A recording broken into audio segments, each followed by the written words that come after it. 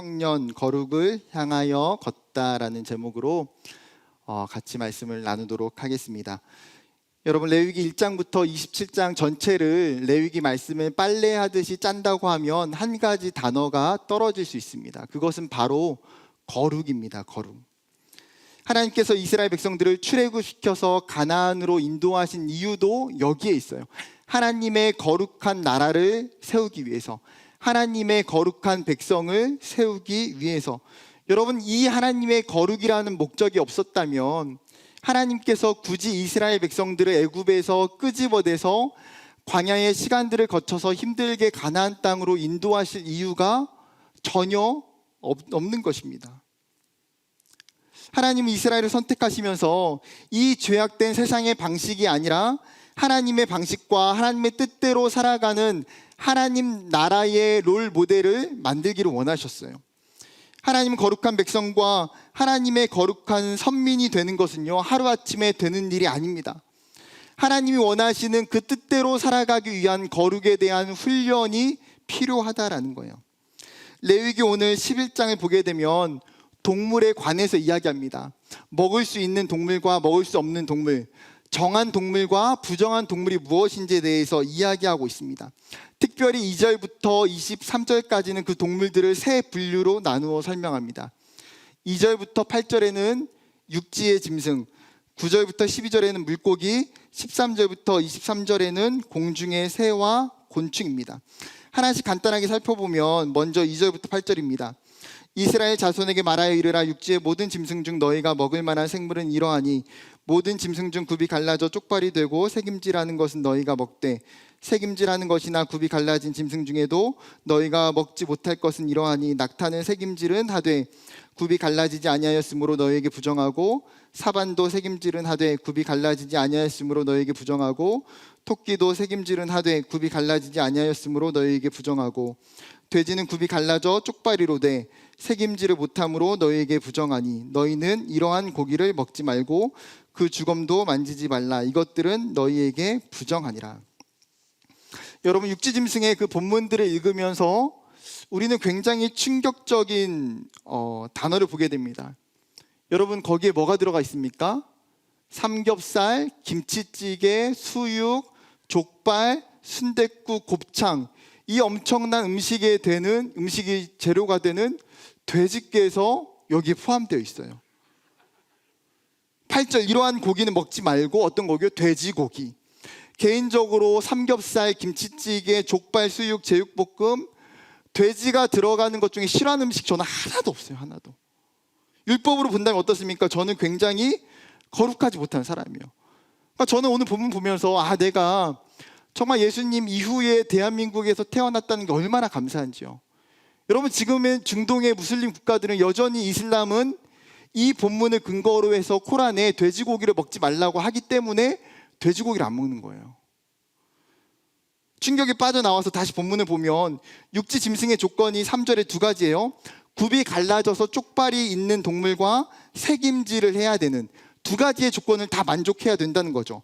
반면에 한 가지의 조건만 해당이 되면 어때요? 예를 들어서 4절에 낙타는 새김질은 하지만 굽이 갈라져 있지 않아서 부정했다요. 사반도 그렇고요, 토끼도 그래요. 그럼 반대로 7절에 돼지는 굽이 갈라져 있지만 뭐예요? 새김질을 못하기 때문에 부정한 동물이라는 거예요. 이것이 육지의 짐승이에요. 그 다음에는 9절부터 12절 물고기에 대해서 이렇게 이야기합니다. 물에 있는 모든 것 중에서 너희가 먹을 만한 것은 이것이니 강과 바다와 다른 물에 있는 모든 것 중에서 지느러미와 비늘이 있는 것은 너희가 먹되 물에서 움직이는 모든 것과 물에서 사는 모든 것 곧 강과 바다에 있는 것으로서 지느러미와 비늘 없는 모든 것은 너희에게 가증한 것이라. 이들은 너희에게 가증한 것이니 너희는 그 고기를 먹지 말고 그 주검을 가증히 여기라. 수중생물의 지느러미와 비늘 없는 것은 너희가 혐오할 것이니라. 여러분, 물고기 중에 먹을 수 있는 조건은 9절에 뭐라고 이야기합니까? 지느러미와 비늘이 있는 것, 즉 비늘이 없는 생선인 장어, 아귀, 메기, 미꾸라지 등등등은 먹지 못한다라는 거예요. 그런데 여러분, 첫 번째 육지 짐승과 비교해서 차이가 있는데 육지 짐승은 먹지 못하는 걸 뭐라고 표현합니까? 부정하다라고 표현해요. 그런데 물고기는 뭐라고 말합니까? 부정이 아니라 이런 것들은 가증한 것이래요. 가증하다는 것은 제의적인 용어에서 사용되는 것이고 부정이라는 단어보다도 좀 더 센 개념이에요. 즉 가증한 거를 사람이 만지면 그 사람은 부정하게 되는 거예요. 그렇기 때문에 무슨 말입니까? 그 물고기들은 먹지 않는 것뿐만 아니라 뭐예요? 잡아서도 안 되고 만져서도 안 된다라는 거죠. 목사님이 그 대학교를 서울로 오기 전까지 전라도의 시골에 살았어요. 저의 어릴 적 주특기가 미꾸라지 잡는 거예요. 제가 왕년에 미꾸라지를 굉장히 잘 잡았습니다. 논이나 그 수로에서 미꾸라지를 잡아가지고요, 역전 앞에 있는 추어탕 집에 가져다가 제가 팔았어요. 그러니까 제가 그래도 정말 그 추어탕 집에 국내산 미꾸라지를 납품한 경험자예요. 제가 중국산 말고. 근데 이제 그 미꾸라지를 팔아가지고 그 돈을 받아서 새우깡도 사 먹고 과자도 사 먹고, 그게 저의 어릴 적 일상이에요. 그러면 오늘 본문에 보면 저는 어떻습니까? 비늘이 없는 것을 만지는 사람이죠. 성경으로 보게 되면 굉장히 가증한 사람이에요. 구약이 저랑은 굉장히 안 맞는 것 같아요. 안 맞아요. 여러분, 그 다음에 보게 되면 이제 13절부터 23절이에요. 새랑 곤충을 이야기하면서 뭐라고 말하냐면, 이 세 번째 새에 대해서는 부정한 것과 부정하지 않은 것을 이야기하는 것이 아니라 아예 부정한 새의 종류 20가지를 이야기해요. 대부분 매나 독수리나 부엉이나 까마귀 종류. 여러분, 이 새들의 공통점은 굉장히 포악한 맹금류이거나 짐승의 사체를 먹는 새들이에요. 그리고 곤충의 경우에는 날개가 있고 기어다니는 것은 먹지 못하고, 날개가 있고 반드시 뛸 수 있는 다리가 있어서 뛰어다니는 것을 먹을 수 있다라고 이야기해요. 여러분, 이처럼 레위기 11장은 지금 정한 동물과 부정한 동물을 정해놓고 있다라는 거예요. 그리고 유대인들은 이것을 굉장히 철저하게 지켰어요. 여러분, 사도행전 10장을 보게 되면, 여러분, 사도 베드로가 환상을 보게 돼요. 환상이 어떤 환상입니까? 하늘이 열리면서 하늘에서 한 그릇, 한 보자기가 내려오는 거예요. 그리고 나서 거기 말씀해 보게 되면 10장 12절에 그 안에는 땅에 있는 각종 네 발 가진 짐승과 기는 것과 공중에 나는 것들이 있더라. 그 안에 지금 육지동물과 파충류와 새들이 있었어요. 그리고 나서 들려오는 환상이 무엇입니까? 베드로에게 그것을 잡아 먹으라는 거예요. 그런데 베드로가 그 음성 가운데 뭐라고 대답합니까? 14절에 베드로가 이르되 주여 그럴 수 없나이다. 속되고 깨끗하지 아니한 것을 내가 결코 먹지 아니하였나이다 한데, 즉 내가 먹을 수 없다라는 거예요. 왜냐하면 거기에 담겨져 있는 동물들이 지금 레위기 이 11장에 말하고 있는 부정한 동물들이기 때문이에요. 상상을 해보면 그 큰 보자기 안에는 아무래도 돼지나 토끼나 독수리, 갈매기 이런 것들이 담겨져 있었겠죠. 베드로는 지금까지 레위기의 율법을 철저히 지키면서 자신은 단 한 번도 부정한 음식을 먹지 않았다라고 이야기해요. 여러분, 이 사도행전의 10장이 우리에게 가르쳐주는 중요한 사실이 무엇입니까? 오늘 하나님이 모세를 통해서 이야기하고 있는 레위기 11장의 음식법에 대한 계명을 유대인들은 지금 예수님이 오시고 있는 그 당시까지도 굉장히 철저하게 순종해서 지키고 있다는 거예요. 이해가 되시죠? 그렇다면 자연스럽게 오늘 본문을 보면서 이런 질문이 생길 수 있어요. 목사님, 오늘 이런 정한 동물과 부정한 동물을 나누고 있는 근거와 기준이 무엇입니까?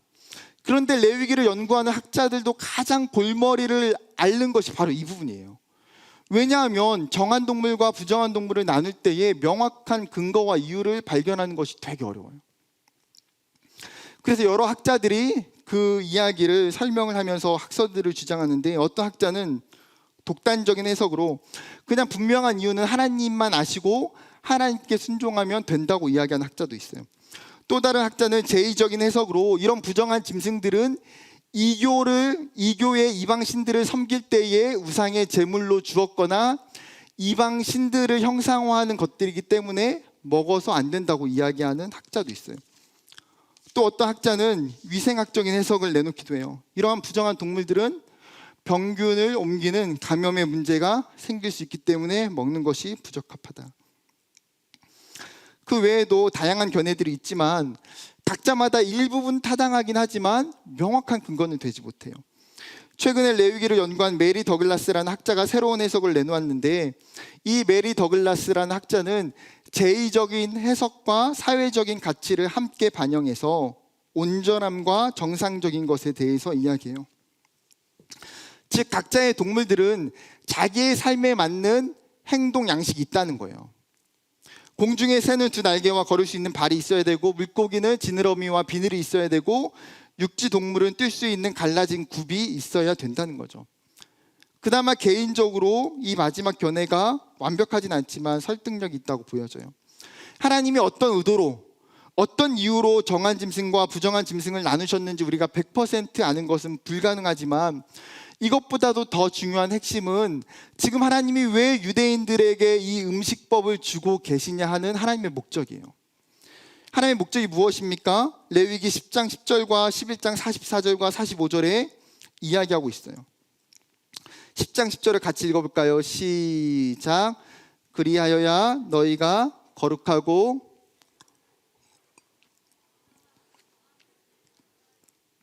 제사의식을 시행할 때의 중요한 가치가 무엇이냐면, 거룩하고 속된 것을 분별해서 부정하고 정한 것을 구별해서 부정한 것들을 드리지 않는 거라는 거죠. 그것이 하나님의 백성으로 하여금 거룩하게 만든다라는 거예요. 이것은 11장 44절과 45절에도 동일한 개념으로 나타나요. 나는 여호와 너희의 하나님이니 내가 거룩하니 너희도 몸을 구별하여 거룩하게 하고 땅에 기는 길짐승으로 말미암아 스스로 더럽히지 말라. 나는 너희의 하나님이 되려고 너희를 애굽 땅에서 인도하여 낸 여호와라. 내가 거룩하니 너희도 거룩할지어다. 지금 음식법을 주신 목적이 무엇이냐면, 내가 거룩하니 너희도 거룩하게 하기 위함. 즉 하나님은 이 레위기의 음식법을 통해서 우리의 존재의 거룩화를 위함이라는 거예요. 즉 우리의 존재가 거룩해지기 위해서, 나는 인간의 존재가 거룩하게 되기를 원한다라는 것이죠. 하나님은 두 번이나 반복해서 이야기를 하세요. 거룩하게 하라, 거룩할지어다.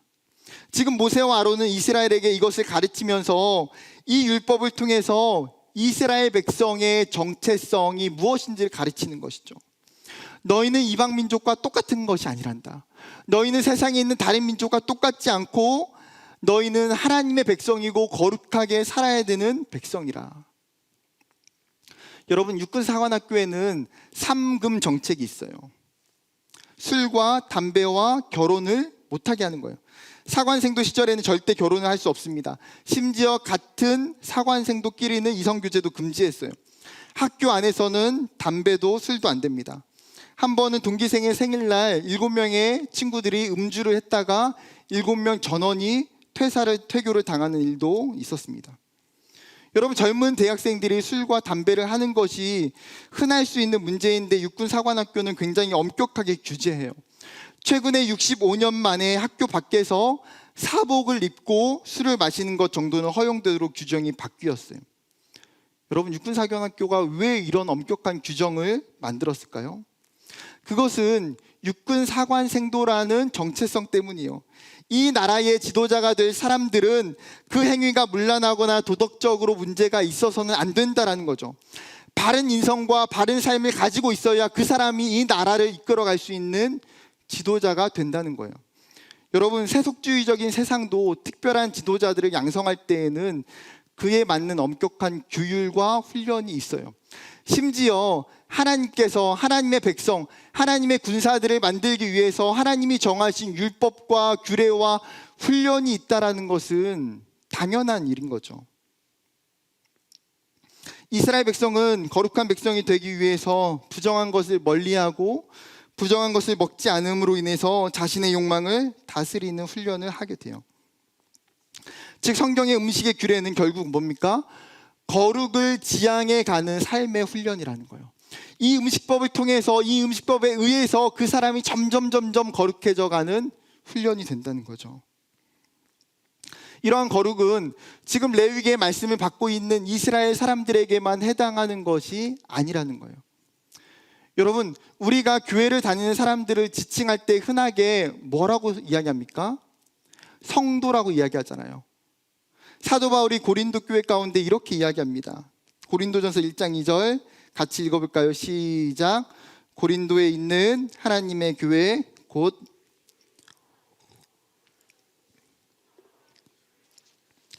또 각처에서 우리의 주 곧 그들과 우리의 주 되신 예수 그리스도의 이름을 부르는 모든 자들에게. 그리스도인들은 어떤 자들이냐? 예수 안에서 거룩하여진 자들, 다른 표현으로 말하면 성도라는 거예요. 여러분, 이게 그리스도인들을 부르는 가장 중요한 표현이고 정체성 아닙니까? 우리는 거룩한 자들이고 거룩한 백성이에요. 그렇기 때문에 오늘 이 레위기의 말씀을 통해서 거룩이 무엇이고 어떻게 하면 거룩해질 수 있는지를 우리가 분명히 알아야 되는 거예요. 여러분, 거룩이 무엇입니까? 오늘 거룩을 말하고 있어요. 근데 거룩이 무엇인지 알기 위해서 선행되어야 하는 중요한 이해는 뭐냐면 하나님의 거룩하심이에요. 하나님의 거룩하심. 44절과 45절에 이야기하잖아요. 내가 거룩하니. 지금 하나님은 자신 스스로가 어떤 존재라고요? 거룩하다라고 이야기하는 거예요. 여러분, 하나님을 이야기하는 많은 속성, 하나님에 대한 성품들이 있어요. 사랑의 하나님, 공의의 하나님, 인자의 하나님, 심판의 하나님, 하나님에 대해서 이야기할 수 있는 성품은 굉장히 많이 있지만 레위기에서 이야기하는 하나님의 성품은 무엇입니까? 하나님의 거룩하심이라는 거예요. 하나님 그분은 거룩하신 분이라는 것이죠. 여러분, 성경의 여러 표현들도 하나님의 거룩하심을 이야기합니다. 이사야 선지자도 거룩하신 이가 이르시되 거룩하신 하나님이라고 호칭해요. 호세아 선지자도 내가 하나님이요 사람이 아니라 내 가운데 있는 거룩한 이니. 하박국 선지자도 하나님을 거룩한 분이 오신다라고 표현하고 있어요. 조나단 에드워즈는 하나님의 거룩에 대해서 이렇게 설명합니다. 하나님의 거룩은 하나님의 도덕적 탁월성이 아름답고 완전하여 이 성품들이 밖으로 드러날 때에도 온전하고 완전하여 위선이 전혀 없는 것이다. 즉 하나님의 선하심, 하나님의 은혜로우심, 의로우심과 진실하심과 신실하심과 같은 이 도덕적인 특성들이 완벽하다는 거죠. 여러분, 하나님은 존재적으로 악이 없으신 분이에요. 죄가 없는 완벽하신 분. 그렇기 때문에 여러분, 헬라어와 히브리어 단어에서 거룩이라는 단어는 구별되다, 분리되다라는 단어를 사용해요. 즉 하나님은 어떤 존재입니까? 죄로부터 완전히 분리되고 완전히 구별되어진 존재로서 하나님은 순결하고 완전하시고 의로우신 존재라는 거예요. 즉 거룩이라고 하는 것은 죄나 더러움과 오염과 같은 것의 반대 개념이에요. 죄가 하나도 없는 상태, 더러움이 없는 완벽한 상태. 그렇기 때문에 여러분, 이 세상의 거룩한 존재는 하나님 외에는 불가능한 것이죠. 여러분, 하나님의 거룩하심이 가장 잘 드러나고 있는 사건이 성경에 있어요. 무엇일까요? 예수님의 성육신과 십자가 사건이에요. 여러분, 사람은 누구나 죄인인데 이 죄의 문제를 해결할 수가 없잖아요. 그렇기 때문에 누가 오셔야만 합니까? 죄가 없으신 분이 이 땅에 내려오셔야만 해요. 그분이 우리를 대신해서 십자가에 죽어주셔야만 하는 거예요. 그렇기 때문에 하나님이신 그분이, 거룩하신 그분이 이 땅에 친히 인간의 육체를 입고 성육신하셔서 십자가에 달려 죽으셨다라는 거예요. 즉 예수님의 십자가의 사건은 예수님 그분이, 하나님 그분이 거룩하신 분이라는 것을 증명하는 거죠. 여러분, 하나님은 거룩하지만 반면 우리는 어떻습니까? 사실 거룩하지 못한 존재예요. 수많은 죄가 있고 악한 마음과 악한 삶이 우리를 덮기도 하고 오염시키기도 해요. 어쩌면 거룩이라는 그 단어가 우리의 삶에 굉장히 이질감을 갖게 하고 멀게 느껴지기도 해요. 여러분, 예배를 드리면서 우리 모두 마찬가지일 거예요. 여러분, 나 스스로 거룩하다라고 말할 수 있는 사람이 있을까요? 내가 지금까지 거룩하게 살았다라고 자신 있게 말할 수 있는 사람이 있을까요? 아무도 없을 거예요. 여러분, 우리가 교회 다니는 사람들, 옆에 있는 사람들을 소개하면서 저 리더는 참 따뜻하고 사랑이 많아, 저 선배는 참 기도를 열심히 해, 저 선배는 참 믿음이 좋은 것 같아, 이런 표현들과 이런 소개들을 할 수 있어요. 그런데 여러분, 저 친구는 진짜 거룩한 것 같아, 저 리더는 너무나 거룩한 것 같아, 여러분, 이런 표현을 우리가 말하지는 않잖아요. 세상 그 누구도 죄가 없거나 내가 거룩하다라고 자신 있게 말할 수가 없기 때문이에요. 그런데 하나님은 오늘 뭐라고 선포합니까? 내가 거룩하니 너희도 거룩할지어다. 하나님은 지금 자신만 거룩하다라고 말씀하고 끝내시는 것이 아니라 내가 거룩한데 누구도 거룩해야 되냐? 너희도 거룩해야 된다라고 이야기하는 거예요. 오늘 본문을 자세히 보게 되면 거룩이라는 이 단어는 전부 다 명령형으로 기록되고 있어요. 44절도 너희도 몸을 구별하여 거룩하게 하라. 45절도 너희도 거룩할지어다. 너희도 거룩하여라. 지금 하나님은 이스라엘 백성 가운데에 이 거룩성에 대해서 명령으로 지금 하고 계신 거죠. 여러분, 하나님의 백성의 가장 첫 번째의 의무, 궁극적인 사명이 뭐예요? 하나님을 닮아가는 거예요. 우리가 창조주를 따라가는 거예요. 그렇게 여러분, 이 레위기의 규정은 뭡니까? 거룩하신 하나님을 우리가 닮아가는 훈련, 그 거룩하신 하나님을 우리가 카피하는 거예요. 우리가 어떤 스타나 유명인을 좋아하면 그 사람을 따라가고 싶고 그 사람처럼 되고 싶어요. 그럼 어떻게 합니까? 가장 먼저 그 사람을 분석하고 그 사람을 따라하기 시작하면 돼요. 그 사람의 말이나 그 사람의 행동이나 그 사람의 패턴이나 그 사람의 라이프 스타일이나 차근차근 해서 그 사람을 카피하고 닮아가다 보면 어떻습니까? 그 사람과 내가 닮아져 가는 것을 알 수 있다는 거예요. 마찬가지로 지금 하나님은 이스라엘이라는 이 존재가 거룩하신 하나님을 지금 닮아가면서 카피하면서 내가 거룩하기 때문에 너희도 나와 같이 거룩한 존재로 한 걸음 한 걸음 한 걸음 나아오라라고 이야기하시는 것이죠. 사랑하는 여러분, 우리의 힘으로는, 우리의 의지와 능력으로는 맹목적으로 거룩해질 수가 없어요. 여러분, 우리가 거룩하신 하나님 닮는 것은 사실 불가능해요. 하지만 우리 안에 하나님이 주신 은혜가 있고 하나님이 주신 성령이 존재하기 때문에 우리가 그 하나님을 향하여 나아갈 수 있는 것 아닙니까? 그리고 그분이 우리를 누구보다도 거룩하게 하시기를 원하시는 분이기 때문에 그 하나님으로 인하여서 우리가 거룩해질 수 있게 된다는 거예요.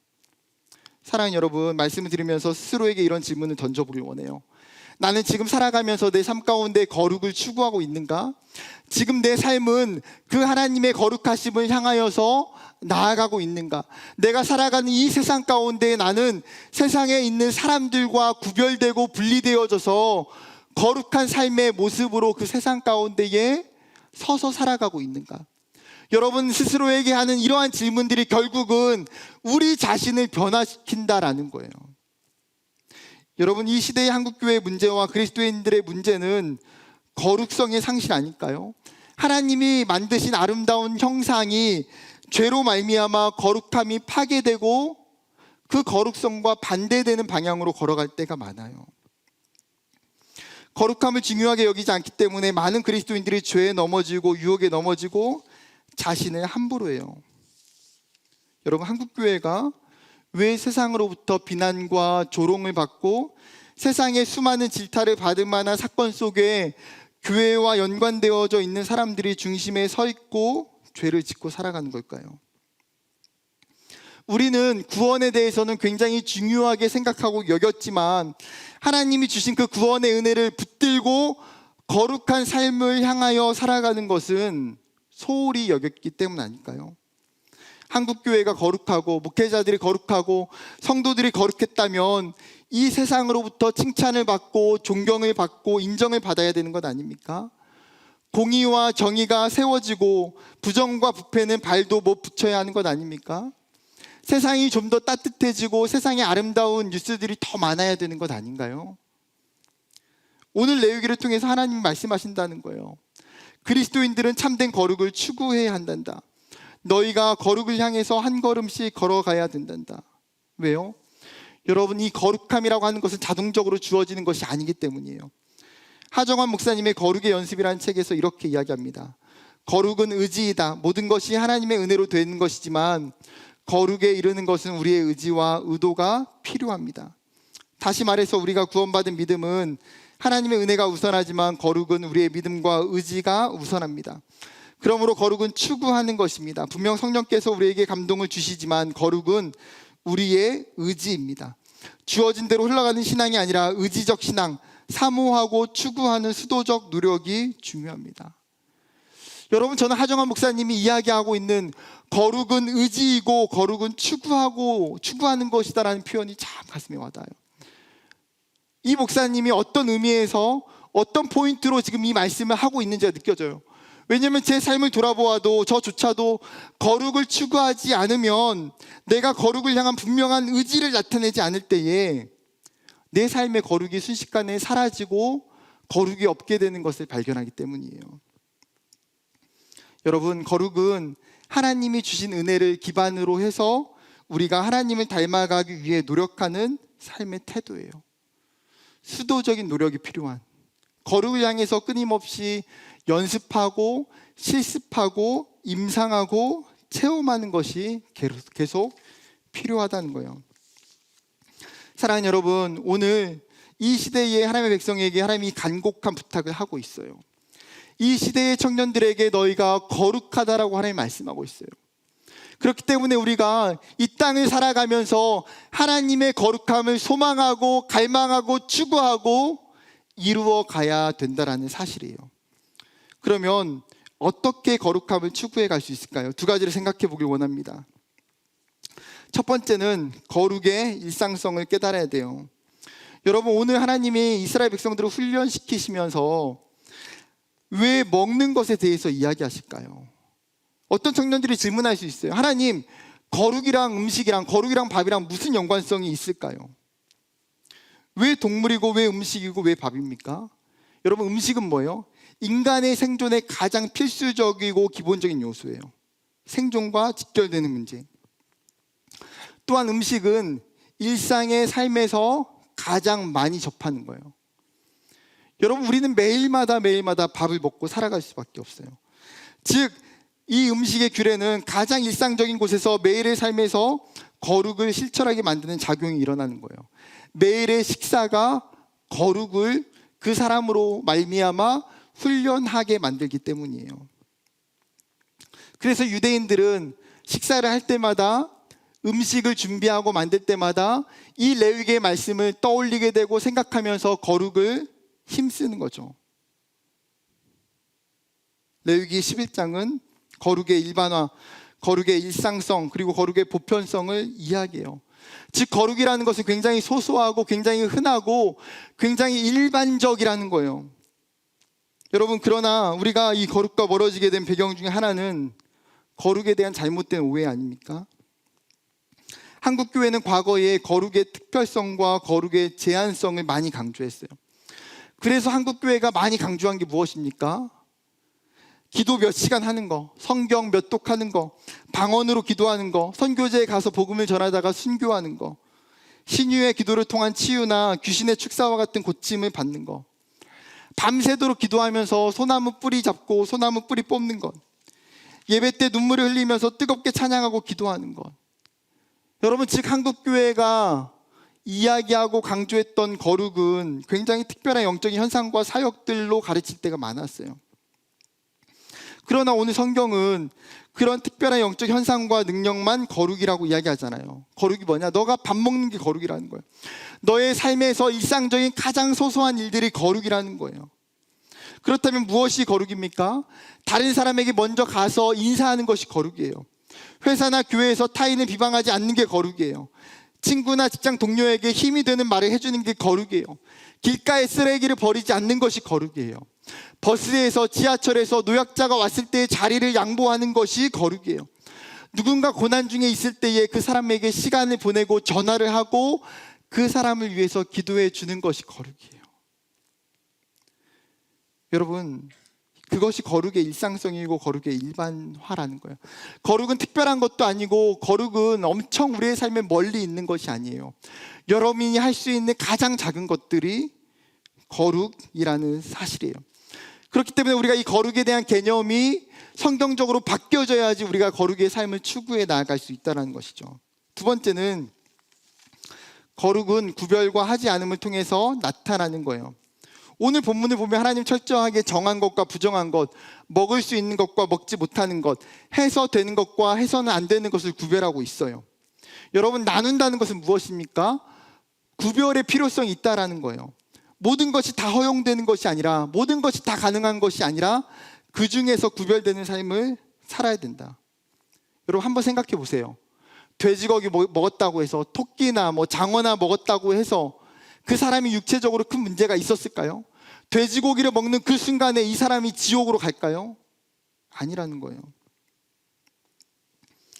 여러분, 그런데 하나님은 왜 정한 것과 부정한 것을 나눠서 알려주셨고요?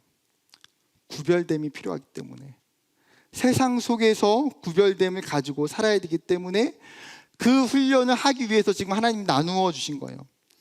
이 사실을 알기 위해서 레위기 18장의 3절부터 5절에 이렇게 이야기해요. 너희는 너희가 거주하던 애굽 땅의 풍속을 따르지 말며 내가 너희를 인도할 가나안 땅의 풍속과 규례도 행하지 말고 너희는 내 법도를 따르며 내 규례를 지켜 그대로 행하라. 나는 너희의 하나님 여호와이니라. 너희는 내 규례와 법들을 지키라. 사람이 이를 행하면 그로 말미암아 살리라. 나는 여호와이니라. 여러분, 구별됨이 없고 이러한 분리됨이 없다면 이스라엘 백성들이 가나안 땅에 들어가서 어떻게 살게 된다는 거예요? 애굽에서 가지고 왔던 삶의 문화와 이방신들, 그리고 미래의 가나안 땅에 들어가서 살게 되고 접하게 되는 그 우상들에 너희가 똑같이 살아가게 된다는 거예요. 여러분, 하나님의 백성은 하나님을 모르는 세상과 삶의 방식과 내용과 가치가 전혀 다르다라는 거예요. 그렇기 때문에 여러분, 우리가 이 세상 가운데에 구별하면서 살아가야 돼요. 한 걸음 나아가서 거룩은 그 구별을 통해서 하나님과 반하는 것을 하지 않음으로 세워지는 영성이에요. 즉 무슨 말입니까? 하지 않는 것이 거룩이라는 거예요. 하지 않는 것이 거룩. 성경은 하지 않음이 거룩이라고 분명히 가르쳐줘요. 지금 시대는 세상 사람들이 다 따라가고 있는 그 가치와 문화 속에서 하지 않음을 선택하는 것이 굉장히 어려워요. 여러분, 그리스도인들이 술을 안 마시고 담배를 안 하는 이유가 무엇입니까? 그것이 나쁜 것을 넘어서 하나님이 우리를 거룩하게 하시기 위함이라는 거예요. 여러분, 그리스도인들이 세상과 다른 이유는 세상 사람들이 추구하고 좋아하는 것을 따라가는 것이 아니라 내가 믿음으로 이 세상에 하나님이 기뻐하시지 않을 것들을 하지 않는 것이에요. 여러분, 그것이 거룩이라는 거예요. 제가 청년들을 사역하고 청년들 보면서 참 감사한 것은 이 거룩을 위해서 예수를 믿고 신앙생활을 하면서 복음 안에서 거룩을 추구해가는 청년들을 보게 돼요. 그것이 얼마나 감사한지요. 사랑하는 청년 여러분, 말씀을 맺으려고 해요. 오늘 레위기 11장을 통해서 말씀하고 있는 것은 하나님의 거룩을 우리가 추구해가는 거예요. 그리고 그 거룩은 멀리 있는 것이 아니라 우리의 일상성에 있는 거예요. 그리고 그 거룩은 하지 않음을 통해서 이 세상의 구별을 가지고 하지 않음을 통해서 세워지는 것이 거룩이에요. 여러분, 이 거룩이 저와 여러분 삶에 있기를 예수님의 이름으로 축복합니다.